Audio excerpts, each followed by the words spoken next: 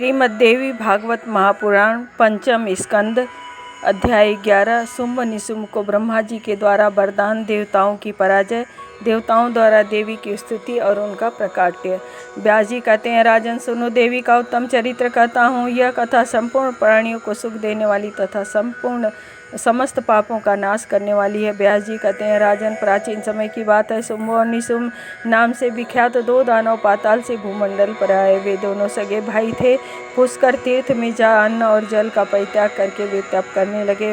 वह तपस्या लगातार 10,000 वर्षों तक चलती रही। अंत में लोक पितामह भगवान ब्रह्मा उन पर संतुष्ट होकर हंस पर सवार हो वहाँ पधारे। ब्रह्मा जी ने कहा, महाभागों उठो, तुम्हारी तपस्या से मैं संतुष्ट हूँ। तुम्हें जो अभीष्ट हो अथवा तुम जो वर चाहते हो उसे व्यक्त करो, मैं उसे देने के लिए तैयार हूँ। व्यास जी कहते हैं, ब्रह्मा जी की उपयुक्त बात सुनकर शुंभ और निशुंभ का ध्यान टूट गया। गदगद वाणी में वो ब्रह्मा जी से मधुर वचन कहने लगे।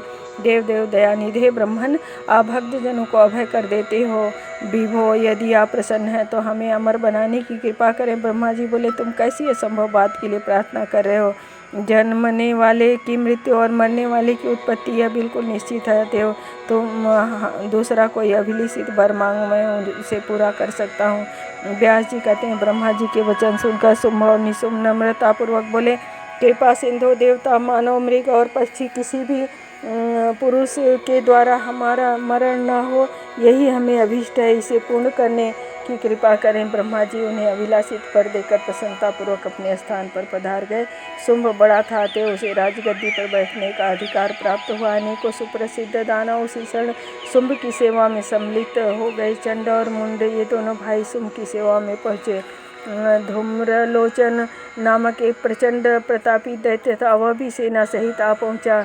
इसी प्रकार सूरवीर रक्तबीज आ गया। तदंतर निशुंभ ने अपनी सेना सजाकर इंद्र को परास्त करने के लिए स्वर्ग पर चढ़ाई कर दी। तब इंद्र ने उसकी छाती में वज्र से चोट पहुंचाई। भीषण वज्र घात से आहत होकर निशुंभ भूमि पर गिर पड़ा। यह सुनकर शुंभ वहाँ आया और बाणों से समस्त देवताओं को घायल करने लगा। उसके इस प्रयास से संपूर्ण देवता लोकपाल और इंद्र पराजित होकर भाग चले। अब तो शुंभ ने बलपूर्वक इंद्र की पदवी प्राप्त कर ली। देवता राज्य भ्रष्ट हो जाने के कारण अत्यंत चिंतित थे। उन्होंने बृहस्पति जी के पास जाकर उनसे पूछा, गुरु, अब क्या करना चाहिए? बताने की कृपा करें। महाभाग, आप सर्वज्ञ मुनियों के सिरमौर हैं। संपूर्ण कामनाओं को पूर्ण करने वाले तरह तरह के यज्ञ बताए गए हैं। मुने, आप उन उपायों को काम में लेने की कृपा करें। बृहस्पति जी कहते हैं, देवेश, वेद में प्रतिपादित सभी मंत्र प्रारब्ध के अनुसार ही फल प्रदान करते हैं। होनहार अवश्य होकर रहती है, उसे कोई टाल नहीं सकता। तब भी उपाय तो करना ही चाहिए। यही श्रेष्ठ पुरुषों की आज्ञा है, इसलिए भली बात सोच समझकर मैं तुम्हें उपाय बताए देता हूँ। तुम लोग अत्यंत मनोहर हिमालय पर्वत पर जाकर प्रेम पूर्वक भगवती चंडिका की आराधना में तत्पर हो जाओ। उनकी स्तुति और पूजा की जाएगी तो वे तुरंत मनोरथ पूर्ण कर देंगी। व्यास जी कहते हैं, राजेंद्र, बृहस्पति जी के उपयुक्त वचन सुनकर देवता हिमालय पर्वत पर गए और उन्होंने देवी की आराधना आरंभ कर दी। देवता ने अत्यंत भक्तिपूर्वक उन्हें नमस्कार किया। स्रोत के मंत्र पढ़कर वे स्तुति करने लगे। विश्व पर शासन करने वाली देवी, तुम प्राण शक्ति हो, सदानंद स्वरूपिणी हो, देवताओं को आनंदित करने वाली हो, तुम्हें नमस्कार है। दानों का संहार करने वाली, मानव के अनेक अभिलाषाएं पूर्ण करने वाली तथा भक्तिवश प्रकट होने वाली तुम जगदम्बा को नमस्कार है। व्यास जी कहते हैं, समस्त देवताओं की स्तुति करने पर भगवती जगदम्बा करुणा से ओतप्रोत होकर तुरंत प्रकट हो गई। भगवती जगदम्बा देवताओं के प्रति प्रेम पूर्वक गंभीर वाणी कहने लगी। देवी ने कहा, आदरणीय देवताओं, तुम इस समय क्यों इतनी स्तुति कर रहे हो? तुम्हारे मुखों पर चिंता क्यों छाई है? तुम अपना कार्य मेरे सामने प्रकट करो। देवता बोले, जगत को नियंत्रण में रखने वाली करुणामयी देवी, हम तुम्हारी शरण में आकर स्तुति कर रहे हैं। तुम हमें संकटों से बचाओ। इस समय शुंभ और निशुंभ नामक दो दानव उत्पन्न हुए हैं। ऐसे ही प्रतापी रक्तबीज और चंडमुंड हैं। इनके अतिरिक्त और भी बहुत से महान शक्तिशाली दानव हैं। इन असुरों ने हम देवताओं का राज्य छीन लिया है। माता अभिमानी दानव बल के घमंड में चूर होकर जगत को पीड़ा पहुंचा रहे हैं। उनका विनाश करके जगत को सुख प्रदान करो। 12वां अध्याय। कौशिकी का प्रकाट्य, देवी की कालिका रूप में परिणति, देवताओं को आश्वासन, शुंभ के दूत सुग्रीव से जगदम्बा की बातचीत। व्यास जी कहते हैं, देवता शत्रुओं से अत्यंत संतप्त थे। उन्होंने इस प्रकार स्तुति की, तब देवी ने अपने विग्रह से एक दूसरा रूप प्रकट कर दिया। संपूर्ण जगत उन्हें कौशिकी नाम से पुकारने लगा। पार्वती के शरीर से कौशिकी भगवती के निकल जाने पर शरीर क्षीण हो जाने के कारण पार्वती का रूप काला पड़ गया।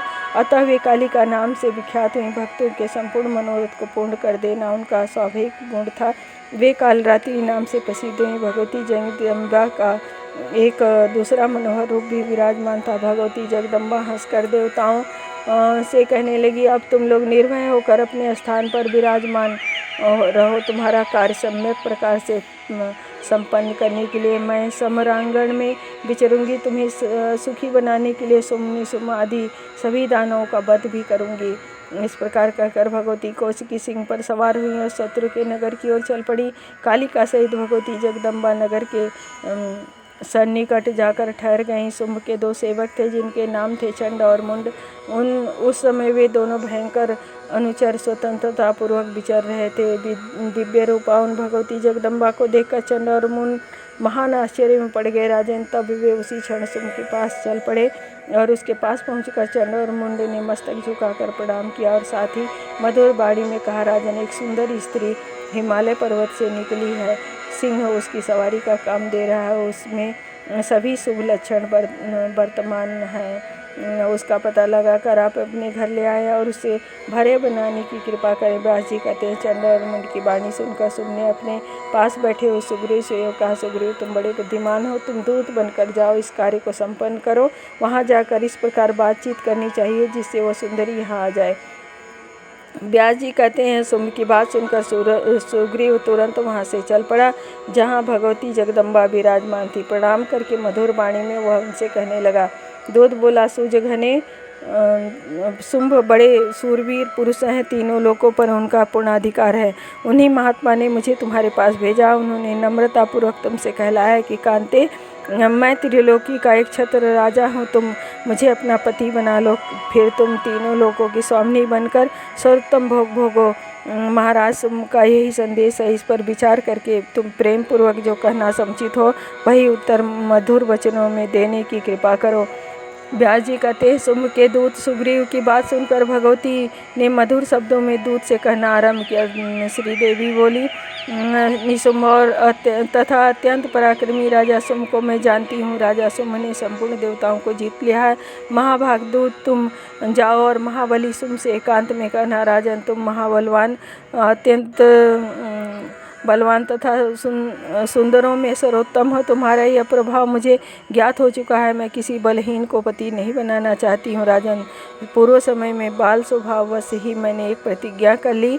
सखियों के सामने मैंने प्रतिज्ञा कर ली कि मेरे समान पराक्रम रखने वाला वीर समरांगण में मुझे जीत लेगा।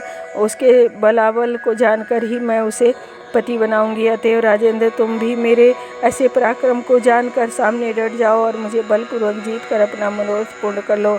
युद्ध में मुझे परास्त करके ही विवाह करना होगा। अध्याय 13। धूम्रलोचन और देवी का संवाद तथा धूम्रलोचन वध।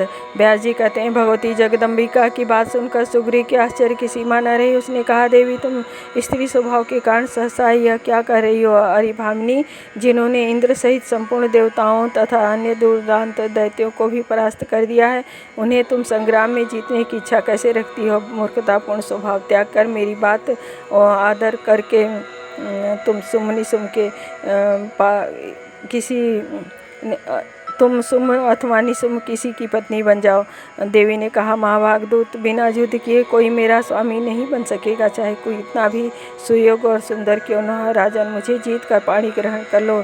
यदि मेरे त्रिशूल से डरते हो तो अभी पाताल भाग जाना तुम्हारे लिए श्रेयकर है। तुम्हें जीने की अभिलाषा हो तो स्वर्ग और पृथ्वी, इन दोनों स्थानों को छोड़कर तुरंत भाग जाओ।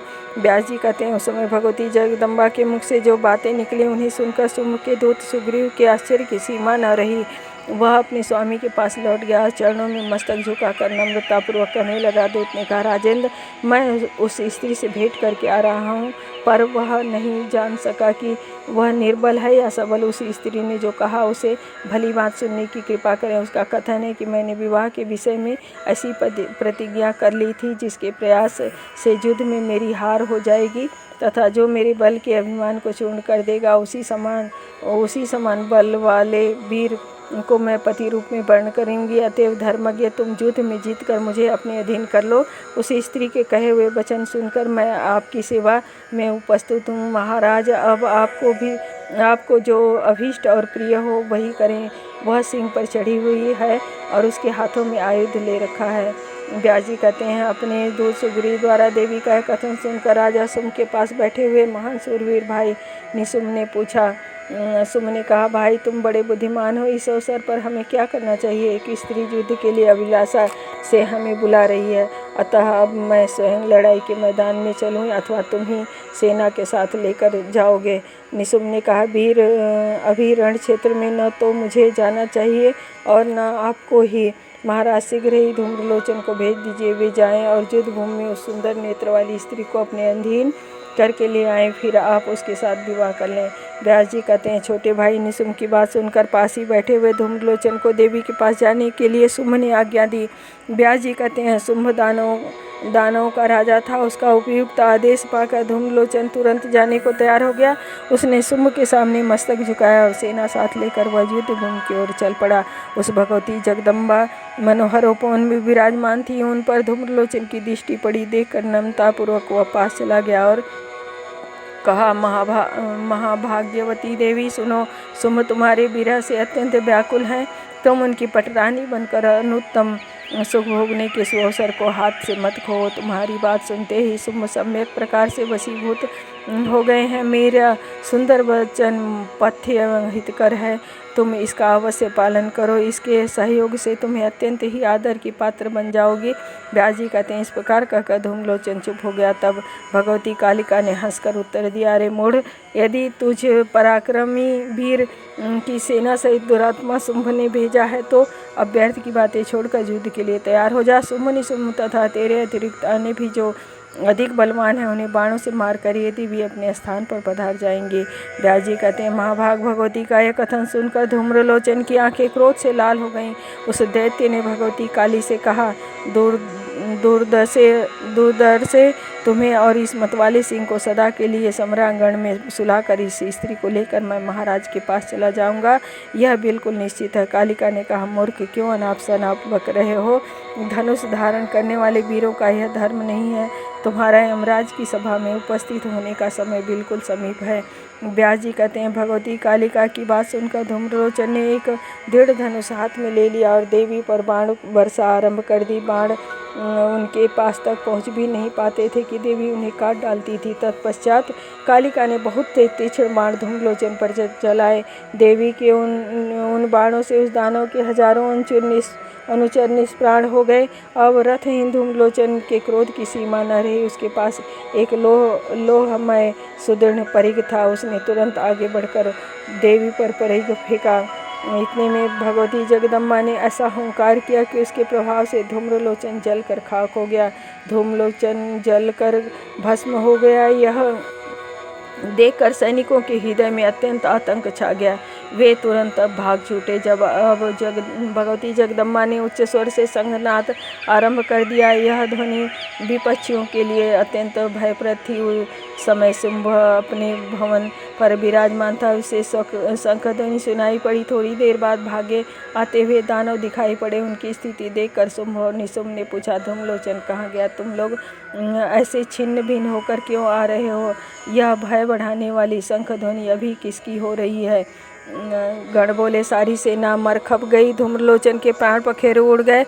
यह आकाश व्यापी शंखध्वनि अंबिका की हो रही है। राजेंद्र, आप विचार कुशल मंत्रियों के साथ बैठकर परामर्श करने की कृपा करें। व्यास जी कहते हैं, अपने अनुयायियों के वचन सुनकर शुंभ छोटे भाई निशुंभ को लेकर एकांत स्थान में चला गया और उनसे पूछने लगा, भाई देखो, कालिका ने अभी धूम्रलोचन को मार डाला है। सारे सैनिक मृत्यु मुख में चले गए हैं। कुछ टूटे फूटे अंगों वाले अनुचर भाग कर आए हैं। अभिमान में चूर रहने वाली वही देवी शंख ध्वनि कर रही है, वीर बताओ शीघ्र ही यहाँ से भाग चलने में कुशल है या युद्ध करने में। यद्यपि तुम छोटे हो फिर भी इस दुखदायी समय में मैं तुम्हें बड़ा मान रहा हूँ। निशुम्भ ने कहा, नग इस समय न तो भागना ठीक है न ही दुर्ग में छिपे रहना। इस स्त्री के साथ सम्यक प्रकार से युद्ध किया जाए, इसी में अपना परम श्रेय है। मैं अभी सेनापति सम्रांगण में जाऊंगा और उस अबला को मार कर लौट आऊंगा। अपने छोटे भाई निशुम्भ की उपयुक्त बात सुनकर शुंभ ने उससे कहा, तुम अभी ठहरो, चंड और मुंड बड़े पराक्रमी वीर हैं, ये दोनों योद्धा पहले जाएं, क्योंकि खरहे को पकड़ने के लिए हाथी को छोड़ना शोभा नहीं देता। तदनंतर राजा शुंभ ने चंड मुंड से कहा, चंड और मुंड तुम दोनों अपनी संपूर्ण सेना के साथ अभी यात्रा कर दो, उसे मार डालना तुम्हारी यात्रा का मुख्य उद्देश्य होना चाहिए। 14वां अध्याय चंड मुंड का निधन तथा रक्त बीज के साथ देवी की बातचीत। व्यास जी कहते हैं, महाबली चंड और मुंड शुंभ की उपयुक्त आज्ञा पाकर विशाल सेना को साथ लिए उसी क्षण सम्रांगण में जा धमके। भगवती जगदम्बा वहाँ विराजमान थी।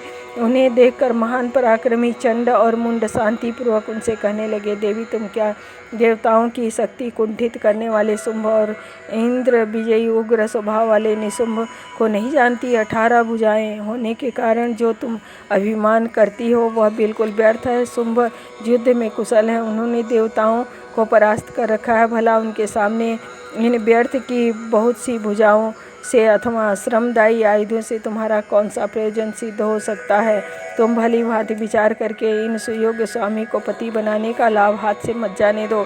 व्यास जी कहते हैं, उनकी बात सुनकर भगवती जगदम्बा बोली, अरे धूर्त, तो यहाँ से हट जा, क्यों कपटपूर्ण व्यर्थ की बातें बक रहा है? अरे तो सुन, संपूर्ण जगत में मेरा ही शासन मानता है। मेरे हाथ से तेरा वध हो जाने के पश्चात तेरा भाई भी काल के मुख में जाने वाला है। तदंतर शुंभ और निशुंभ मदोन्मत्त रक्त बीज भी प्राणों से हाथ धो बैठेंगे। अन्य भी जितने दानव हैं मैं उन सब का सम्रांगण में वध करूंगी, इसके बाद अपने स्थान पर चली जाऊंगी। व्यास जी कहते हैं, देवी को यूँ उत्तेजित करने पर चंड और मुंड के क्रोध की सीमा न रही। तदंतर देवी का चंड और मुंड के साथ परस्पर युद्ध आरंभ हो गया। देवी के मन में क्रोध उत्पन्न हो गया। रोष के कारण उनके मुख की आकृति ऐसी हो गई मानो काली घटा हो। वे काली वेश में विराजने लगी। उन्होंने बाघ का चर्म पहन रखा था। उनका वक्षस्थल नरमुंड की माला से अलंकृत था। क्रोध में भरकर काली पराक्रमी असुरों को हाथ में पकड़ती और मुख में डालकर दांतों से चूर चूर कर देती हैं। अब चंड और मुंड अपनी सेना का यूँ संहार होते देखकर बाणों की अनवरत वृष्टि से काली को ढकने के प्रयास में लग गए। चंड ने एक विशाल गदा दाहिने हाथ में उठाई और उसे देवी पर प्रहार किया। देवी ने चंड के गदाघात को रोककर बाण पाश का प्रयोग किया, जिससे वह दानव बंध गया। भाई को बंधा देखकर कवच पहने हुए मुंड हाथ में दृढ़ शक्ति लेकर आ गया। उसे देखकर देवी ने उसे भी बांधने की व्यवस्था कर दी, अतः वह दूसरा भाई भी बंध गया। चंड और मुंड दोनों दानवों को खरहे की भांति गले में रस्सी डालकर लिए हुए हास्य विलास करती हुई काली भगवती जगदम्बा के पास आई। काली ने उनसे कहा, युद्ध रूपी यज्ञ बहुत प्रसिद्ध है, इसमें तलवार खंभे का काम करती है, उसी के द्वारा इनका आलम्बन करूंगी ताकि हिंसा का रूप भी सामने न आ सके। यूँ कहकर काली ने तलवार से चंड और मुंड के मस्तक काट डाले। तदंतर वे आनंद में भरकर उनका रुधिर पीने लगी। इस प्रकार उन प्रबल दानवों का वध देखकर जगदम्बा प्रसन्नतापूर्वक काली से कहने लगी, काली के तुमने देवताओं का महान कार्य सिद्ध किया है, मैं तुम्हें उत्तम वर देती हूँ। चंड और मुंड का वध करने के कारण अब जगत में चामुंडा के नाम से विख्यात होगी। व्यास जी कहते, तदंतर चंड और मुंड का निधन देखकर मरने से बचे हुए सैनिक भागकर अपने स्वामी शुंभ के पास पहुँचे। वे रोते हुए सामने उपस्थित हुए और कहने लगे, महाराज हमें बचाइए, उसने महान वीर चंड और मुंड को मार डाला। महाराज अब आप कुल की रक्षा के लिए शीघ्र पाताल में प्रधानने की कृपा करें, अन्यथा रोष में भरी हुई काली का हम सब लोगों का संहार कर डाले, इसमें कोई संशय नहीं है। शुंभ ने कहा, मूर्खों, तुम्हारे शरीर छिद गए हैं, अतः तुम लोग भले ही उस स्त्री का सम्मान करो। तुम्हें जीने की विशेष इच्छा है, इसलिए तुम तुरंत युद्ध भूमि से भागकर पाताल में जा सकते हो। मुझे तो अपने धर्म का पालन करना है, अतः मैं युद्ध करूंगा। व्यास जी कहते हैं, और निश्चित विचार करके दानवेश्वर सुम ने राक्षस वर रक्त बीज को युद्ध भूमि में जाने की आज्ञा दी। रक्त बीज के साथ बहुत से सैनिक थे। राक्षस प्रवर रक्त बीज रथ पर बैठकर चल पड़ा। उसे आते देखकर देवी ने शंख ध्वनि आरंभ कर दी। शंख की गगनभेदी ध्वनि सुनने के पश्चात रक्त बीज बड़ी शीघ्रता के साथ देवी के पास जा पहुंचा और मधुर वाणी में कहने लगा। रक्त बीज बोला, बाले, अब तुम क्या मुझे शंख ध्वनि से भयभीत कर रही हो? तनवंगी, तुमने मुझे क्या धूम्रलोचन समझ रखा है? मेरा नाम रक्त बीज है। देवी, मैं युद्ध करने के लिए तुम्हारे पास आया हूँ। तुम सावधान हो जाओ, मुझे किंचित मात्र भय नहीं है। व्यास जी कहते हैं, रक्त बीज के योग कहने पर भगवती जगदम्बा के सामने चुपचाप खड़ा हो गया और उसकी बात सुनकर चामुंडा, कालिका और अंबिका ठठाकर हंसने लगी। 15वां अध्याय, देवताओं की शक्तियों का प्राकट्य और रक्त बीज वध। व्यास जी कहते हैं, राजन, तब देवी ने हंसकर रक्त बीज के प्रति यह युक्तिपूर्ण वचन कहा। अरे मूर्ख, मैं तो दूत के सामने पहले ही उचित और हितकर वचन कह चुकी हूँ। त्रिलोकी में कोई भी पुरुष यदि रूप, बल और विभव में मेरी समानता रखता हो तो उसे ही मैं पति रूप में स्वीकार करूंगी। मैं पहले ही यह प्रतिज्ञा कर चुकी हूँ। तो शुंभ और निशुंभ से कह दे कि महाराज, आप युद्ध में परास्त करके उस देवी के साथ विवाह कर लीजिए। व्यास जी कहते हैं, देवी का कथन सुनकर रक्त बीज अमरस से भर गया। फिर तो सिंह के ऊपर उसके भयंकर बाण बरसने लगे। देवी अपने तीखे तीरों से उन बाणों को काटने में सफल हो गई। साथ ही उन्होंने अन्य बहुत से बाण कान तक खींचकर रक्त बीज पर चलाए। उनके बाणों से आहत होकर वह प्रधान दानव रथ पर गिर पड़ा। उस दुरात्मा रक्त बीज के गिर जाने पर महान हाहाकार मच गया। उनका अत्यंत करुण क्रंदन सुनकर शुंभ अपने सैनिकों को उद्योगशील बनने के लिए उत्साहित करने लगा। शुंभ ने कहा, कंबोज देश के रहने वाले सभी दानव अपने सैनिकों सहित चलने के लिए तैयार हो जाएं। व्यास जी कहते हैं, इस प्रकार शुंभ की आज्ञा देने पर उसकी संपूर्ण चतुरंगिणी सेना निकल पड़ी। विशाल दानवी सेना को आते देखकर देवी ने घंटा बजाना आरंभ कर दिया। उस ध्वनि के प्रभाव से विशाल मुख वाली काली का प्रादुर्भाव हुआ। उस युद्ध में ब्रह्मा आदि समस्त देवताओं की शक्तियां भी पधार गईं। जिस देवता का जैसा रूप, वाहन और भूषण था, उसी के अनुसार रूप, वाहन, भूषण से संपन्न होकर उन शक्तियों का आगमन हुआ था। उन शक्तियों के बीच जगत का कल्याण करने वाले भगवान शिव आए और भगवती चंडिका से कहने लगे, देवताओं का कार्य सिद्ध करने के लिए इन दैत्यों को अभी मार डालो। व्यास जी कहते हैं, इतने में ही भगवती चंडिका के शरीर से एक बड़ी विचित्र शक्ति प्रकट हुई। उस अत्यंत भयंकर शक्ति के मुख से ऐसे शब्द निकल रहे थे मानो सैकड़ों गीदड़ियाँ एक साथ बोल रही हों। उसने भगवान शिव से कहा, देवेश्वर, तुम अभी दानवराज के पास जाओ और मेरी यह बात उससे कहो कि तुम लोग स्वर्ग छोड़कर शीघ्र यहाँ से चले जाओ। यदि मरना ही अभीष्ट हो तो पूरी शक्ति के साथ लड़ने के लिए तुरंत युद्ध में आ जाओ। मेरी सीमाएँ योगिनियाँ तुम्हारे कच्चे मान से तृप्त हों। व्यास जी कहते हैं, भगवती चंडी का उपयुक्त वचन सुनकर भगवान शिव तुरंत दानवराज शुंभ के पास पहुँचे। उस समय शुंभ अपनी सभा में बैठा था। शिव जी ने कहा, महाराज, मैं त्रिपुर विनाशक महादेव हूँ। देवी ने तुमसे कहलवाया है, तुम लोग स्वर्ग और भूमंडल छोड़कर यहाँ से शीघ्र चले जाओ। तुम्हें यदि मरना ही अभीष्ट हो तो अभी सामने आ जाओ। तुम लोगों का कल्याण करने के विचार से ही श्री देवी जी ने यह बात कही है। व्यास जी कहते हैं, देवी ने शिव को दूत बनाकर दैत्यों के पास भेजा था, तो वे संपूर्ण लोकों में शिवदूती के नाम से प्रसिद्ध हुए। शिव के मुख से निकले हुए देवी के इस संदेश को दैत्य सहन नहीं कर सके। वे तुरंत युद्ध भूमि में भगवती जगदम्बा के सामने आ पहुँचे। अपने तीखे तीरों उन्होंने देवी पर चोट करना आरंभ कर दिया और कालिका हाथ में त्रिशूल, गदा और शक्ति लेकर दानवों को मारती हुई विचरने लगी और ब्रह्मांडी दानवों पर कमंडल का जल फेंकती थी, जिससे उनके प्राण कर जाते थे। माहेश्वरी विषय पर बैठी हुई विराजमान थी। उन्होंने अपने वेगशाली त्रिशूल से दानों को मारकर धराशायी करना आरंभ कर दिया। वैष्णवी के चक्र से और गदा के प्रहार से बहुत से दानव निष्प्राण हो गए। इंद्री के वज्र की चोट से बहुतेरे दानव धरातल पर लेट गए। बाराही के ने थुथुन और दाढ़ों से सैकड़ों दानवों को मार डाला। नारसिंही अपने तीक्ष्णधार नखों से बड़े बड़े दैत्यों को फाड़ने के साथ साथ उन्हें निगलने भी लगी। शिवदूती के अट्ठास से ही दैत्य धरती पर पड़ जाते थे। चामुंडा और कालिका उन्हें बड़ी उतावली के साथ खाने में जुट जाती थी। कौमारी का वाहन मोर था। देवताओं के कल्याणार्थ वे तीखे बाणों से शत्रुओं को मारने लगी। भगवती वारुणी सम्रांगण में पास लेकर उतरी थी। इस प्रकार मातृगण के प्रयास से दानव की वह ओजस्विनी विशाल सेना युद्ध भूमि में तहस नहस होकर भाग चली। रक्तबीज ने सुना दानवों में भयंकर चित्कार मचा है और देवता बार बार जय के नारे लगा रहे हैं। अतः अब वह क्रोध से भर गया। व्यास जी कहते हैं, राजन, उस दानव के शरीर से अब रक्त की बूंदें भूमि पर गिरती थी, तब उस बूंद से तुरंत दानव उत्पन्न हो जाते थे। भगवान शिव ने उसे यह बड़ा ही अद्भुत वर दे दिया था, तुम्हारे रक्त से असंख्य महान पराक्रमी दानव उत्पन्न हो जाएंगे। उस समय जहाँ जहाँ भी रक्त बीज के शरीर से निकलकर रक्त की बूंदें भूमि पर गिरती, वहीं वहीं रक्त बीज के समान हजारों राक्षस उत्पन्न हो जाते। अब उन अनगिनत रक्त बीजों ने देवी पर प्रहार आरंभ कर दिया।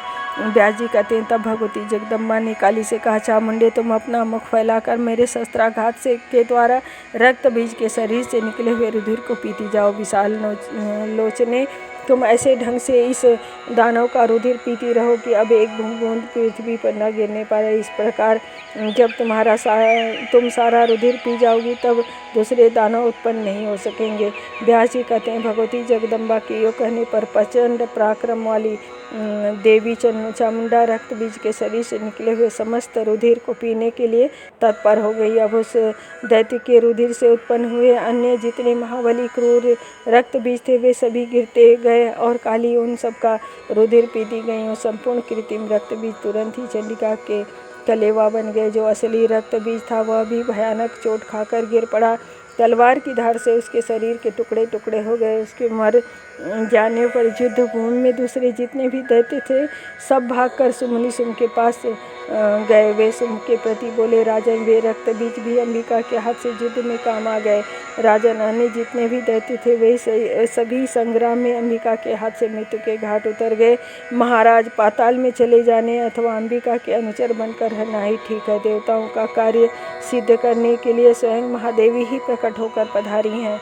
व्यास जी कहते हैं, भाग कर आए हुए दैत्यों का यह सत्य वचन सुनते ही सुम क्रोध से कांपने लगा। उस दैत्य की बुद्धि काल के अभाव से कुंठित हो गई थी। उसने उत्तर दिया, सुम ने कहा, भय से व्याकुल हुए तुम लोग पाताल भाग जाओ अथवा उस स्त्री के दास बनना स्वीकार कर लो। मैं तो अभी उसे मारने के प्रयत्न में लगता हूँ। निशुंभ, मैं रथ पर बैठकर सम्रांगण में जाऊँगा, उस स्त्री को मारकर ही मेरा आना होगा। निशुंभ बोला, मैं अभी जाता हूँ, वह दुष्टा काली मेरे हाथ काल का कलेवा बन जाएगी, फिर बहुत ही शीघ्र मैं उस अंबिका को लेकर यहाँ आ जाऊँगा। राजेंद्र, आप एक तुच्छ स्त्री के विषय में तनिक भी चिंता न करें। व्यास जी कहते हैं, इस प्रकार अपने बड़े भाई निशुंभ से कहकर छोटा भाई निशुंभ कवच पहनकर उस एक विशाल रथ पर जा बैठा। उसके साथ में सेना थी। मंगलाचार कराकर वह तुरंत युद्ध भूमि की ओर चल पड़ा। सर्वमंगल मांगल्ये शिवे सर्वार्थ साधिके शरण्ये त्र्यंबके गौरी नारायणी नमस्तुते। देहि सौभाग्यम आरोग्यम देहि मे परमं सुखम रूपम देहि जयम देहि यशो देहि दिशो जहि।